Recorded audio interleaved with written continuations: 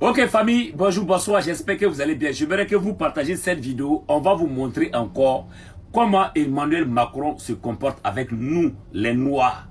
Ça dit, ça fait honte quand je vois certains frères noirs qui ne comprennent pas ce que nous sommes en train de combattre aujourd'hui. Emmanuel Macron lui-même là, il est en train de parler, mais on va décortiquer ici ses paroles. Parce que, rappelez-vous au Mali, ce que Emmanuel Macron avait dit. Écoutez d'abord, écoutez.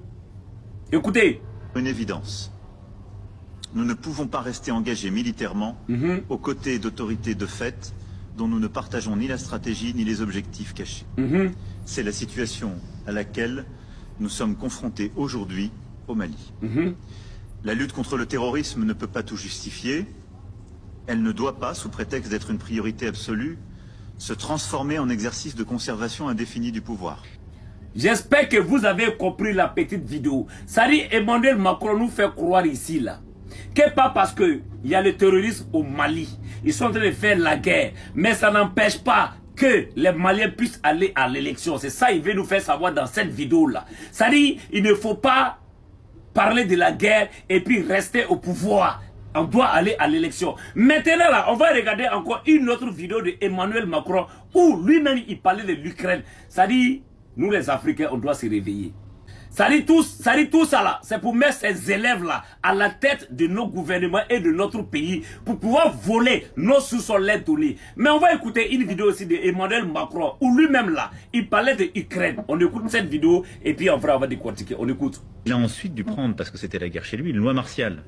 Est-ce que vous pensez qu'il peut organiser des élections présidentielles ou des élections législatives dans un pays où plusieurs millions d'Ukrainiennes et d'Ukrainiens ont fui pour leur sécurité, dans un pays où il a mobilisé plusieurs millions d'autres qui sont au front, où il y a 1000 morts et blessés par jour, et où il y a toute une bande de son territoire qui est conquise par la Russie? De quoi parle-t-on? Est-ce que vous pensez que nous, dans la même situation, on s'amuserait à faire des élections? On ne peut pas faire des élections. Donc si on veut des élections libres en Ukraine, il faut une paix durable en Ukraine. C'est le préalable.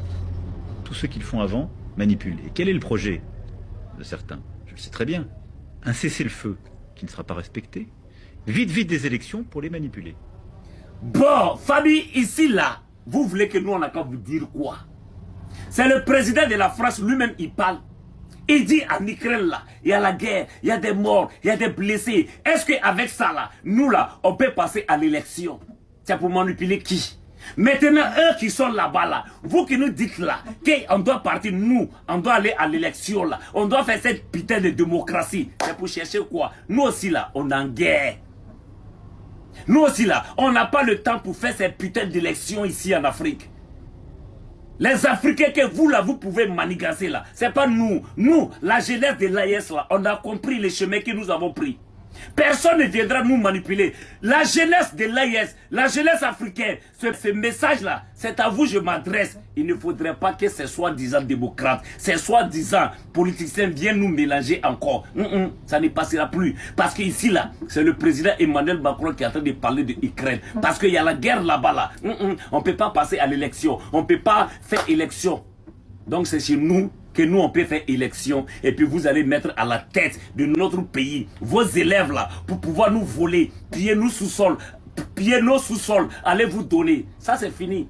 C'est les autres côtés vous pouvez aller faire, c'est pas dans l'espace AIS encore. Que ce soit le Mali, le Niger, le Burkina Faso, ça ne passera plus. Parce qu'on ne laissera plus ces pays là dans la main de ces soi-disant politiciens. Jamais. Jamais de la vie.